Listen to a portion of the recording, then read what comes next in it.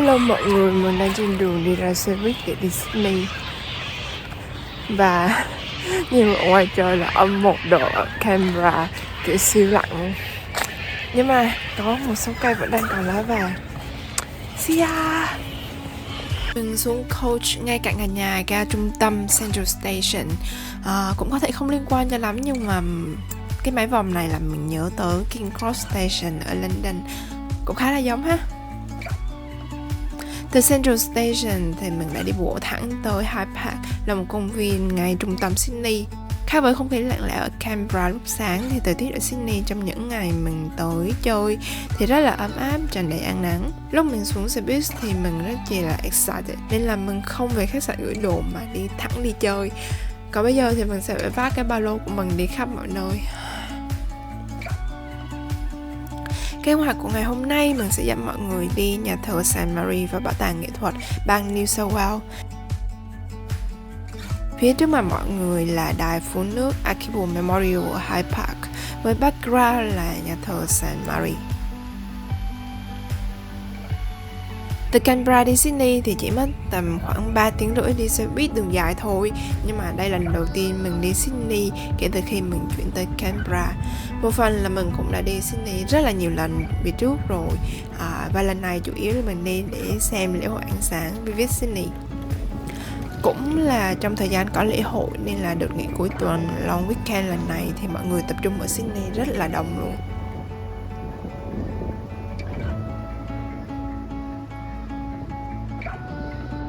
Nhà thờ Thánh Mary ở Sydney được mở cửa lần đầu tiên vào năm 1838, nhưng mà kiến trúc mọi người đang thấy thì được xây dựng lại vào năm 1866 đến năm 1929. Mặt trước của nhà thờ và kiến trúc bên trong thì làm mình nhớ đến nhà thờ Đức Bà Paris. Cũng có thể là vì hai nhà thờ này đều có kiến trúc theo kiểu Gothic Cathedral với những cửa sổ kính màu và những bức tranh về Chúa khá là quen thuộc.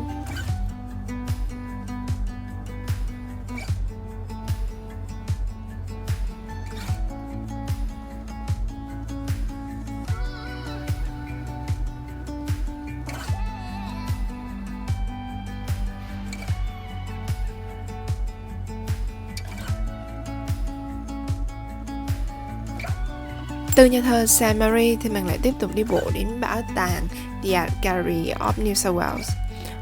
Ở trung tâm Sydney thì cũng có rất nhiều bảo tàng khác nhau như là Museum of Sydney, Museum of Contemporary Arts, and Madame Tussauds Sydney là một bảo tàng về tượng sáp. Nhưng mà cá nhân mình nghĩ thì các bảo tàng ở Melbourne có các bộ sưu tập vẫn phong phú và thú vị hơn. Bảo tàng nghệ thuật New South Wales được thành lập từ năm 1872 và là một trong những bảo tàng lớn nhất của Úc. Tuy nhiên, nếu mà so với các bảo tàng châu Âu mình đã từng đi thì quy mô của các bảo tàng ở Úc là nhỏ hơn rất là nhiều. Lần trước ở Melbourne mình đã đi Ian Potter Center, nơi có nhiều tác phẩm đương đại rồi. Nên hôm nay thì mình sẽ chọn đi Art Gallery, nơi có các tác phẩm cổ điển hơn của Úc, của châu Á và châu Âu.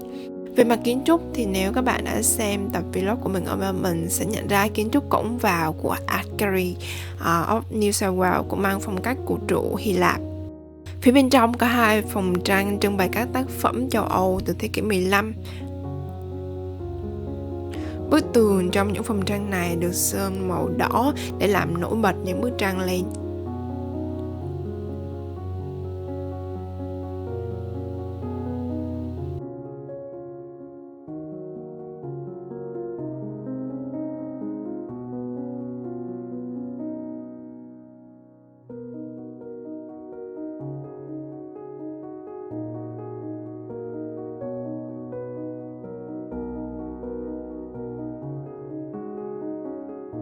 Ngoài ra thì ở đây cũng trưng bày các tác phẩm đương đại về người thổ dân Úc, giống như là tác phẩm treo đá mà các bạn đang thấy ở phía trước.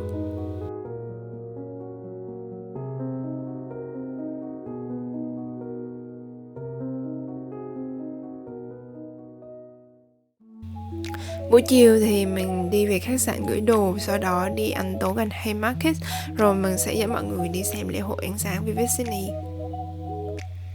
Hôm nay mình đã ăn thử Korean Toast ở Toasty Smith. Món này gần đây rất là nổi trên Instagram.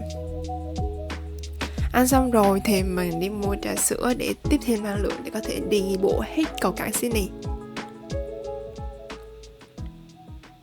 Lúc mình tới Darling Harbour thì có chiếu nhạc nước, nhưng mà vì mọi người tập trung đông quá nên mà mình đã miss cảnh đó, mình không thể quay được. Từ Darling Harbour mình đã đi theo con đường Light Walk, là con đường dẫn qua các nơi có chiếu đèn, từ Barangaroo Reserve và điểm cuối cùng là Sydney Opera House.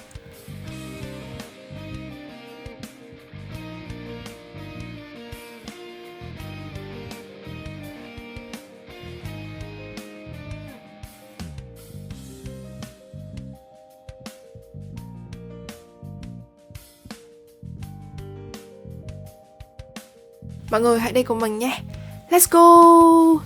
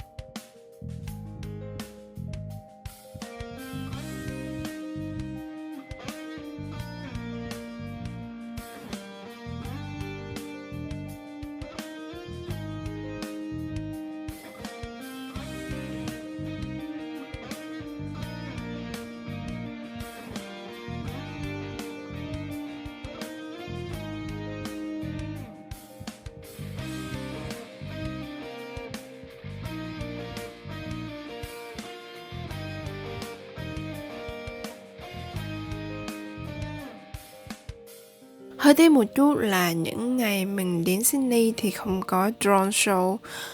Tuy nhiên là lễ hội Vivid Sydney cũng rất là mãn nhãn rồi, đúng không mọi người? Hôm nay thời tiết còn ấm áp hơn hôm qua khi mình tới, nên là mình quyết định sẽ ra biển nằm dài hết nửa ngày. Nhầm, mình đi ra biển là để đi trekking. Nhưng đầu tiên thì mình phải đi mua bánh mì mà review cái đã. Bondi theo mình nghĩ là bãi biển nổi tiếng nhất ở Sydney rồi, nước biển trong xanh, bờ cát trắng mịn. Đây cũng là nơi tập trung những ngôi nhà triệu đô của những người nổi tiếng như là Hugh Jackman,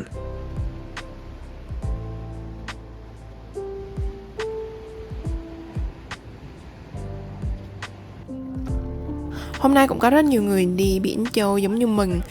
Hiện tại thì sóng ở Bondi khá là lớn nên là người ta cấm mọi người xuống tắm và chỉ cho phép lướt sóng thôi.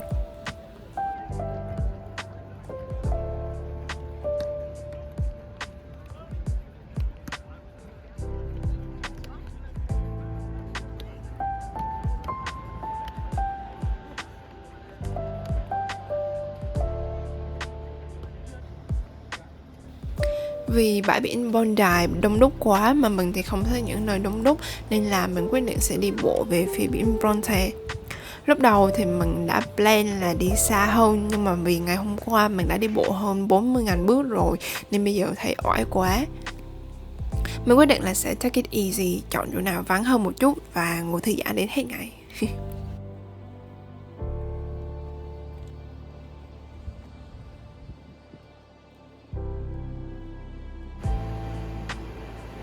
Mình phải công nhận một điều là âm thanh và cảnh vật ở biển thực sự mang tính chữa lành. Cũng giúp mình giải tỏa stress sau những ngày làm việc căng thẳng nữa.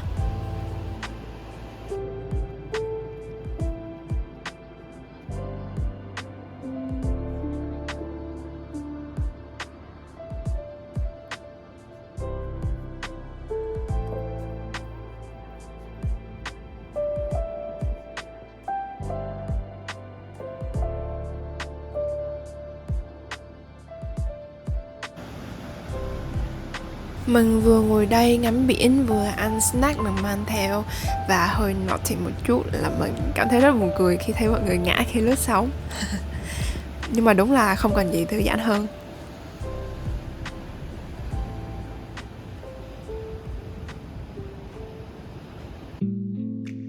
Buổi chiều mình quay lại phía Circular Quay và nhà hát Con Sò. Để làm gì thì nếu mọi người xem đoạn intro thì cũng hiểu rồi đấy. Ban ngày ở đây có vắng hơn tối hôm qua một chút. Lúc này cũng đã gần 4 giờ chiều rồi và mình suy nghĩ mãi là không biết có nên ở lại để ngắm hoàng hôn hay không.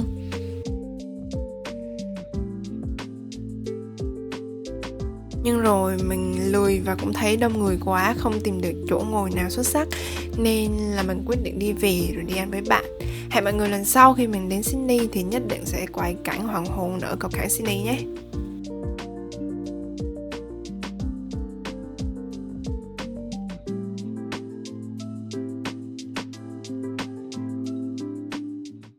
Hôm nay mình phải về Canberra để ngày mai còn đi làm, nhưng mà xe buýt bắt đầu chạy lúc 1 giờ chiều nên mình vẫn còn hơn nửa ngày lang thang ở Sydney. Bây giờ là 10 giờ sáng rồi, nhưng vì là ngày nghỉ nên trên đường phố cũng vắng vẻ hơn mọi khi.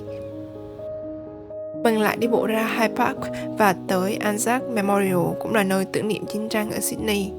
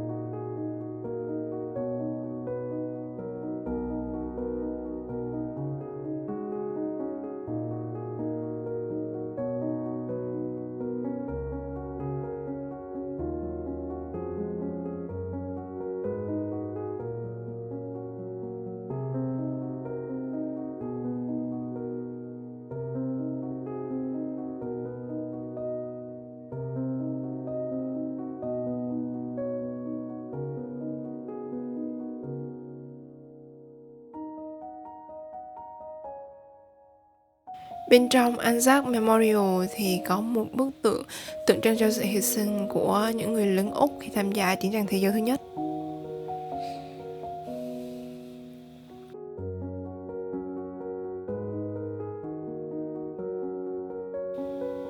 Sau đó thì mình đi dạo quanh công viên một chút. Phía trước mặt mọi người là Sydney Tower Eye, nơi mọi người có thể lên ngắm toàn cảnh thành phố, đặc biệt là vào ban đêm.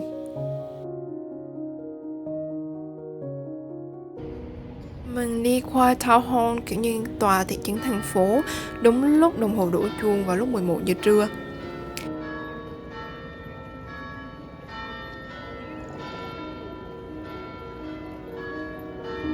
Phía bên tay phải của Town Hall là Queen Victoria Building, hay gọi tắt là QVB, là shopping center cổ ở Sydney, được mở cửa vào năm 1898.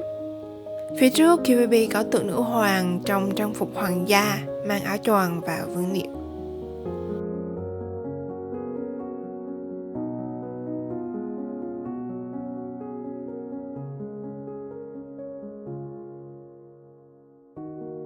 Kiến trúc của Queen Victoria Building cũng mang hơi hướng Gothic Roman, nhưng bên trong tập trung các thương hiệu hàng xa xỉ và được trang trí hết sức là sặc sỡ.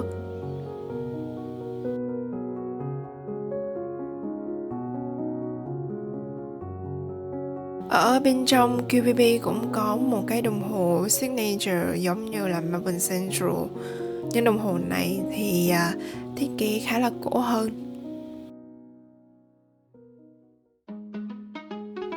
Buổi trưa mình rảnh quá không có việc gì làm nên là mình quyết định quay lại Chinatown để mua bánh hình con sò mình hay ăn khi mà mình đến Sydney.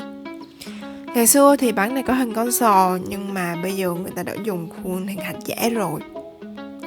Mình đến sớm hơn giờ mở cửa nên là mình đã đi loanh quanh. Lúc quay lại thì oh my god, mọi người đã xếp hàng rất là dài rồi. Nhưng không sao, hôm nay mình có thời gian. Sau khi chờ đợi hơn 20 phút thì mình đã mua được bánh của mình.